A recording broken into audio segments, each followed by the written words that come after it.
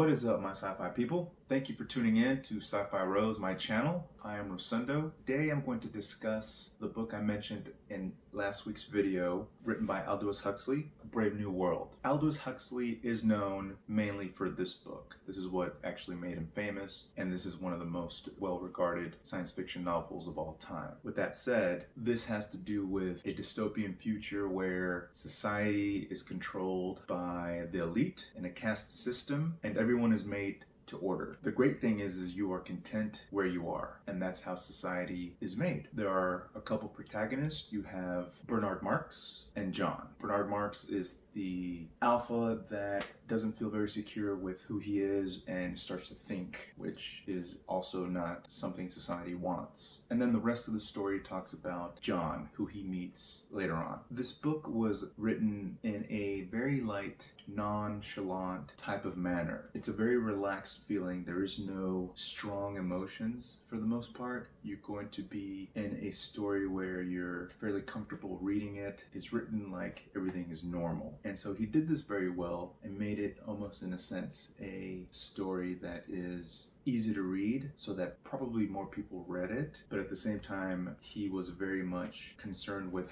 the way society was going, and that's part of why he wrote this book and the way he wrote many of his satire-esque type novels. In regards to the readability of the book, it's a little confusing at first with the quotations and mixing of characters in between the paragraphs, but as you read along you kind of get used to it, and it makes it a lot easier for you to adjust and be able to understand what's exactly going on. It took me a little while. As I mentioned, it's very light in the way it's written. There's not too much comedy, however.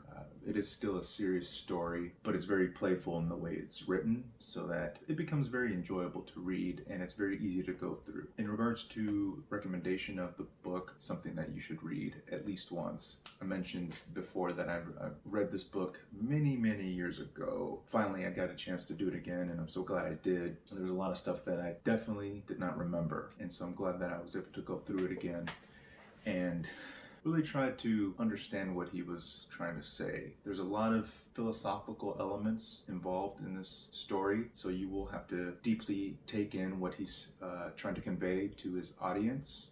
You can tell that he definitely wants to let the audience know that this could be something that could happen if we're not careful with how we deal with society and what we allow and we don't allow. But I enjoyed it thoroughly. With something like this, I personally enjoyed it. If I was to rate it 1 to 5, I would say a 4, just because of got a little confused with how it was written at first. It wasn't something that I was able to just fly through immediately, but eventually I got used to how he wrote his stuff. Obviously the content, it's a 5.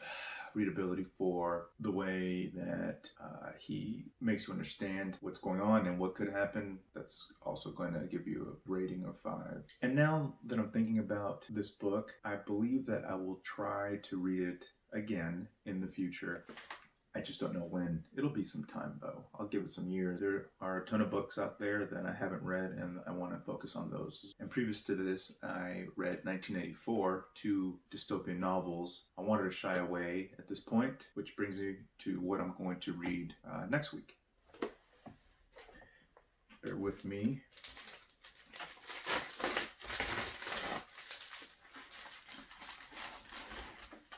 All right.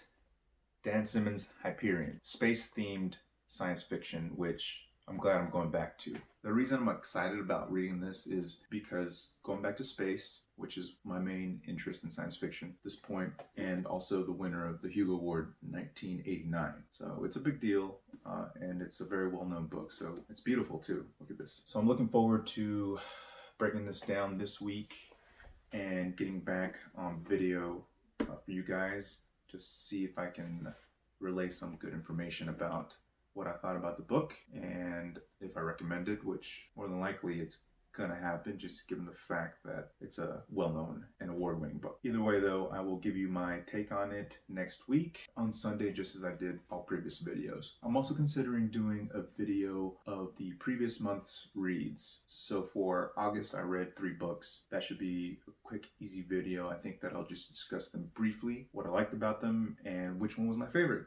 I will probably do it Wednesday, if not Thursday of the week after I post this video. So Thank you again for listening. Please let me know any comments that you have about the book itself, what you personally thought about this book. If you haven't read it, what else I could answer for you about the book if you're still curious and don't know if you're quite ready to read it at this point.